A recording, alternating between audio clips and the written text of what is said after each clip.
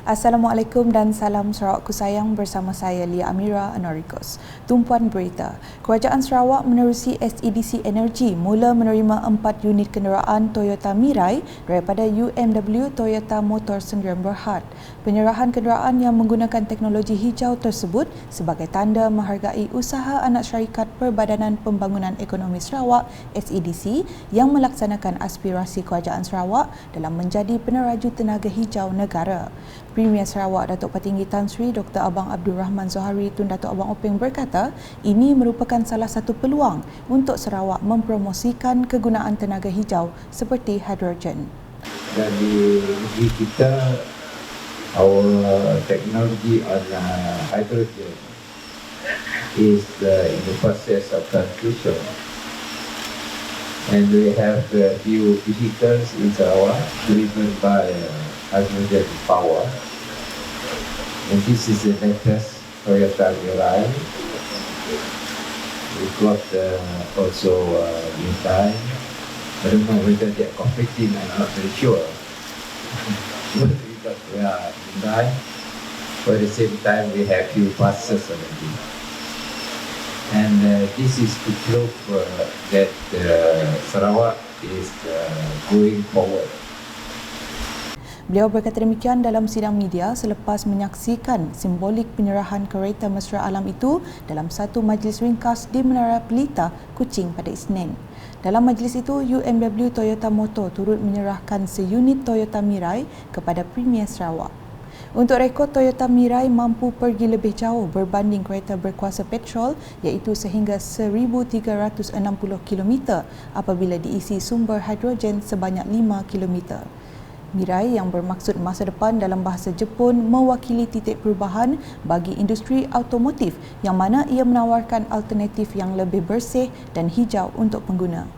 Turut hadir dalam program tersebut ialah Setiausaha Kerajaan Sarawak Datuk Amar Muhammad Abu Bakar Marzuki, Timbalan Menteri Sumber Asli, Alam Sekitar dan Perubahan Iklim Datuk Seri Huang Tiongsi, Pengerusi UMW Holdings Berhad Tan Sri Datuk Seri Dr. Hamad Kamapiah Cik Otman, Pengerusi SEDC Tan Sri Datuk Amar Dr. Abdul Aziz Datuk Hussein dan Timbalan Pengerusi UMW Toyota Motor Takashi Obata.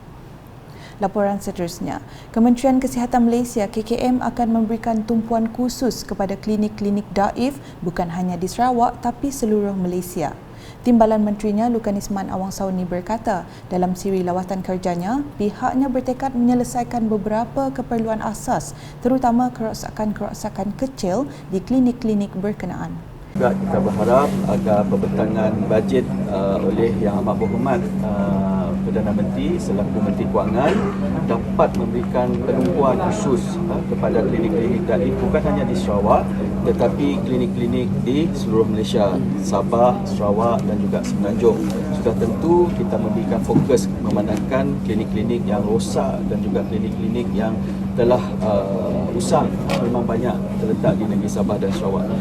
Beliau berkata demikian ketika ditemui pemberita selepas membuat lawatan rasmi untuk meninjau keadaan fasiliti di Klinik Kesihatan Bako Kuching pada Isnin.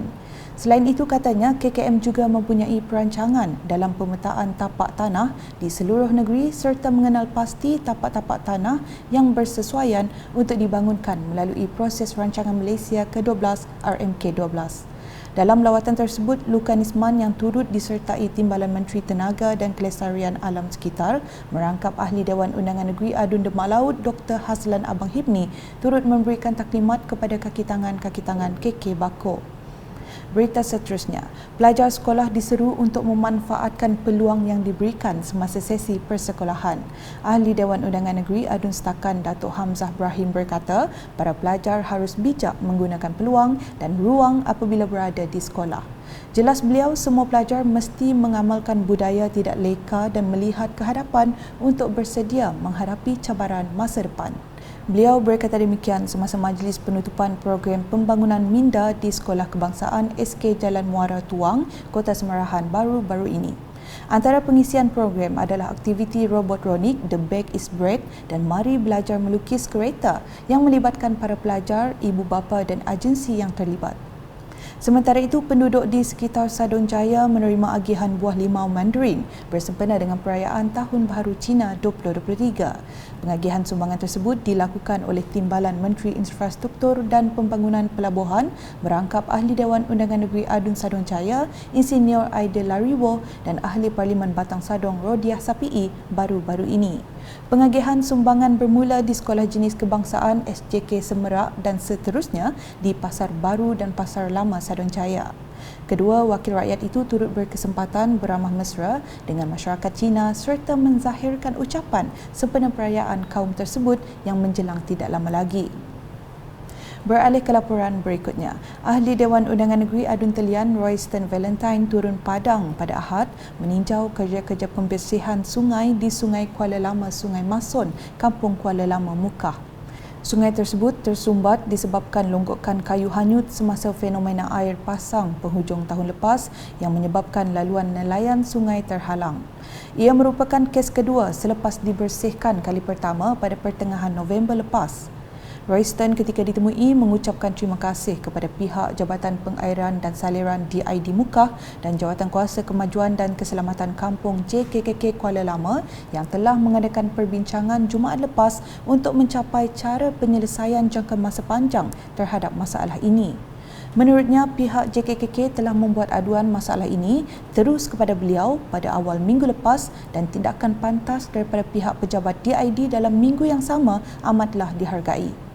Terdahulu, Royston meluangkan masa menghadiri upacara simbolik menitik mata singa sempena perayaan Tahun Baharu Cina di Tua Pekong Mukah, anjuran Kelab Tarian Naga dan Singa Medan Setiaraja Mukah. Kelab tersebut sangat aktif mempromosikan budaya kaum Cina terutama seni mempertahankan diri serta tarian naga dan singa. Sebagai sokongan, Royston menyumbang 1 kostum singa kepada kelab berkenaan, manakala 3 lagi kostum singa baru disumbangkan oleh pemilik Shell Mukah Tiong Keng SB, Newland Mukah dan sebuah syarikat tempatan yang beroperasi di Mukah. Terdahulu pada Sabtu, Royston menghadiri Majlis Apresiasi Bintang Kokurikulum MABK 2023 yang diadakan di Sekolah Menengah Kebangsaan Three Rivers Mukah.